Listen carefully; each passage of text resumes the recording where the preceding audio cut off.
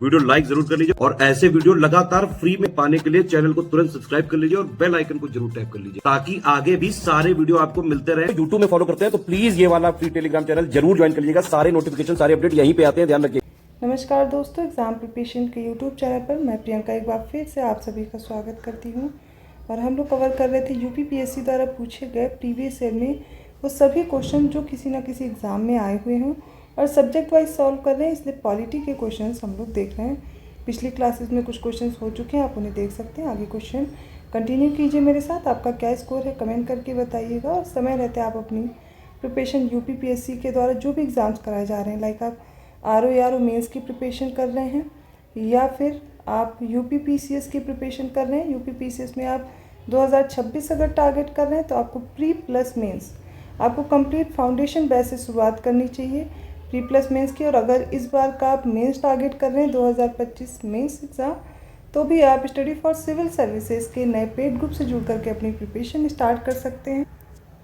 Study for civil services आपको जो selection material provide कराता है वो लेटेस्ट अपडेटेड और रिवाइज्ड होता है, जहाँ से आप देखेंगे अभी जो पिछला पेपर हुआ यूपीपीसीएस प्रीलिम्स का 134 क्वेश्चन डायरेक्टली पूछे गए थे स्टडी फॉर सिविल सर्विसेज के नोट से या फिर टेस्ट सीरीज से, पेड क्विज से।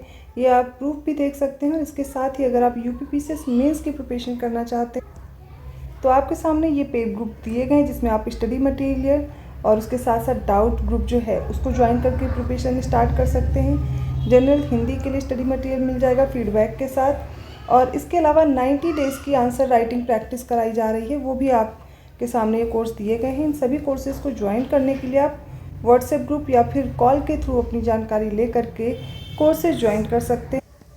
साथ ही जो स्टूडेंट्स अगले एग्ज़ाम को टारगेट करें, जैसे कि 2026 का एग्ज़ाम आपका होना है, तो आप फाउंडेशन कोर्स से जुड़ सकते हैं।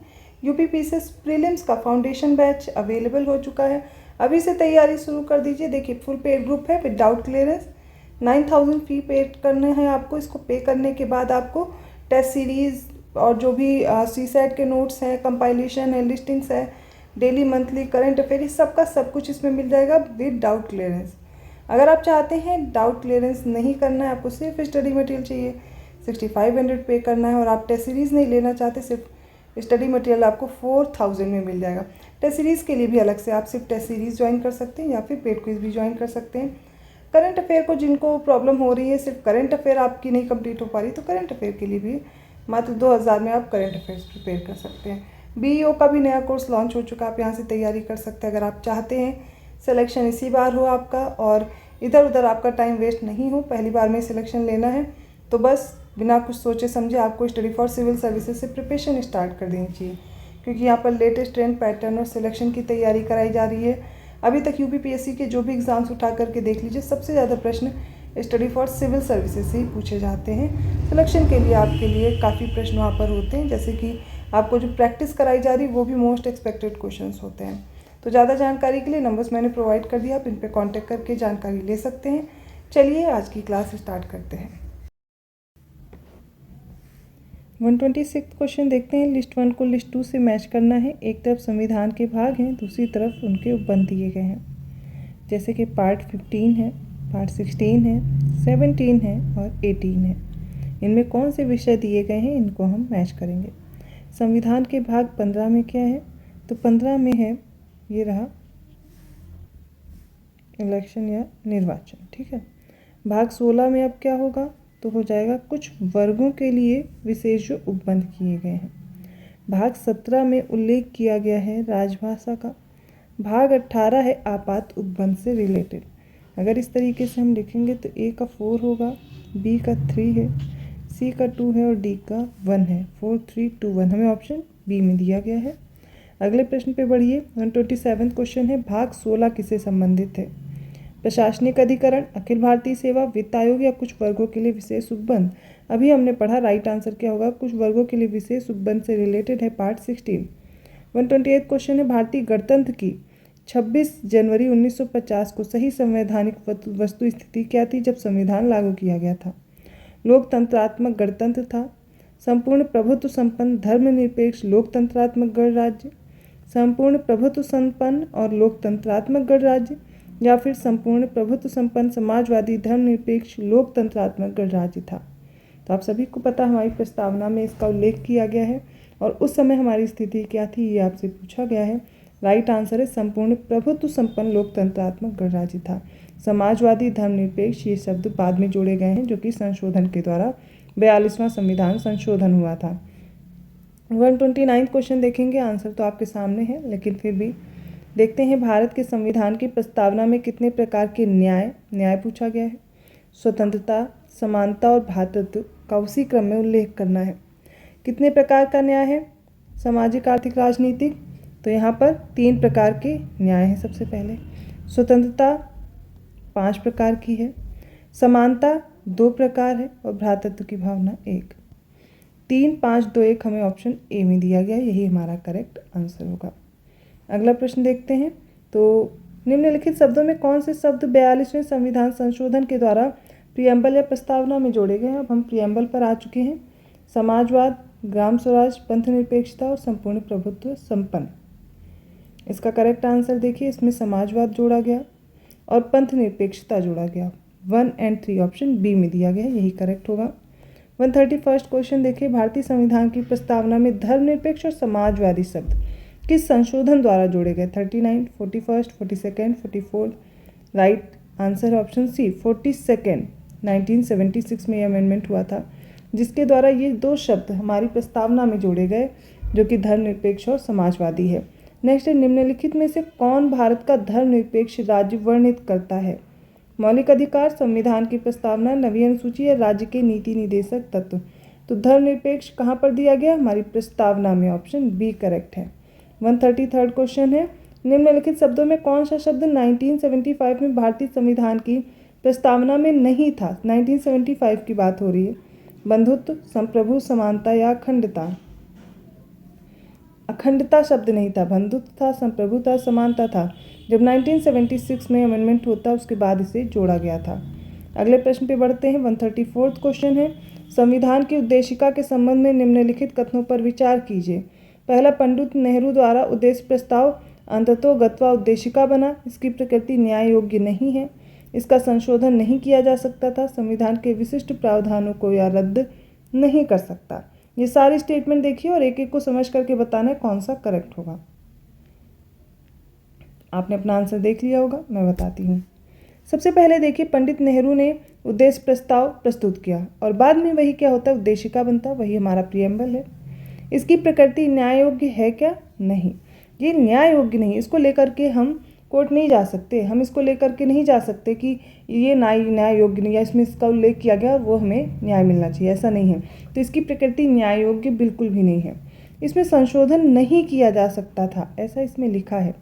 क्या ये करेक्ट है? पहले इसमें बोला था लेकिन बाद में बताया गया कि इसमें भी संशोधन किया जा सकता है, प्रस्तावना में भी संशोधन हो सकता है, तो तीसरा गलत हो जाएगा। फिर संविधान के विशिष्ट प्रावधानों को ये रद्द नहीं कर सकता, ये भी बिल्कुल सही है। मान लीजिए कोई मौलिक अधिकार है, कोई कानून बना, तो किसी भी प्रावधान को ये रद्द नहीं करेगा। राइट आंसर क्या होगा? 1, 2 और 4, थर्ड नहीं करेक्ट होगा। Right answer option B choose करेंगे। चलिए आगे बढ़ते हैं। 135 क्वेश्चन है, 26 नवंबर 1949 को अंगीकृत भारतीय संविधान की प्रस्तावना में कौन से शब्द सम्मिलित नहीं थे। समाजवादी, पंथ निरपेक्ष, अखंडता या फिर गणराज्य।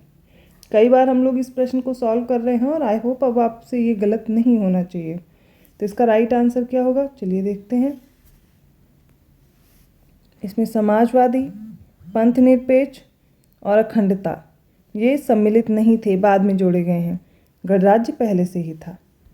136 क्वेश्चन देखिए, समाजवादी और धर्मनिरपेक्ष शब्द संविधान की प्रस्तावना में कब सम्मिलित किए गए। कई बार बता चुकी हूँ। ऑप्शन देखिए, राइट आंसर मैं बताऊंगी 42nd अमेंडमेंट होता है 1976 में, जिसके द्वारा ये समाजवादी और धर्मनिरपेक्ष शब्द जोड़े गए थे। 137 क्वेश्चन देखते हैं, भारत की प्रस्तावना में पंथ निरपेक्ष शब्द ये भी 42वें संशोधन के द्वारा जोड़ा गया था, पता होना चाहिए। भारत के संदर्भ में निम्न में से कौन धर्मनिरपेक्ष शब्द का सही भाव व्यक्त करता है। अब ये प्रश्न कुछ नया है, देखेंगे। भारत में अनेक धर्म है, भारत को धार्मिक स्वतंत्रता प्राप्त है, धर्मानुपालन व्यक्ति की इच्छा पर निर्भर है, या भारत में राज्य का कोई धर्म नहीं है। राइट आंसर है भारत में राज्य का कोई अपना धर्म नहीं है। ये धर्मनिरपेक्ष की परिभाषा है, भाव व्यक्त कर रहा है। 139 क्वेश्चन हमारे सामने, भारतीय संविधान की प्रस्तावना में निम्नलिखित में से किस स्वतंत्रता का वर्णन नहीं है? विचार की स्वतंत्रता, विचार प्रकट करने की स्वतंत्रता, विश्वास की स्वतंत्रता या आर्थिक स्वतंत्रता? राइट आंसर है आर्थिक स्वतंत्रता। हमारी प्रस्तावना में इसका उल्लेख नहीं है। कौन कौन सी स्वतंत्रता है? तो विचार की है, विश्वास की है और उपासना की है। यहाँ पर आर्थिक स्वतंत्रता का किसी प्रकार का उल्लेख नहीं किया गया है। अगला प्रश्न है, भारतीय संविधान का कौन सा भाग संविधान की आत्मा कहलाता है? मूल अधिकार, राज्य के नीति निर्देशक तत्व, उद्देशिका या संवैधानिक उपचारों का अधिकार। कन्फ्यूज़न हो जाता है कभी कभी, लेकिन देखिए संविधान की आत्मा यूँ पूछा जाए तो उद्देशिका याद रखेंगे, लेकिन डॉक्टर भीमराव अंबेडकर द्वारा संविधान की आत्मा किसे कहते हैं तो आप संवैधानिक उपचारों का अधिकार याद रखेंगे। यहाँ पर ऑप्शन सी करेक्ट होगा। 141 क्वेश्चन है, निम्नलिखित में से किस वाद में उच्चतम न्यायालय ने धारणा प्रस्तुत की कि उद्देशिका संविधान का भाग है? यूनियन ऑफ इंडिया बनाम डॉक्टर कोहली, बनारसी दास बनाम स्टेट ऑफ यूपी, बम्बई बनाम यूनियन ऑफ इंडिया या मलक सिंह बनाम स्टेट ऑफ पंजाब? तो राइट आंसर है उद्देशिका संविधान का भाग, ऐसा बम्बई बनाम यूनियन ऑफ इंडिया में कहा गया था।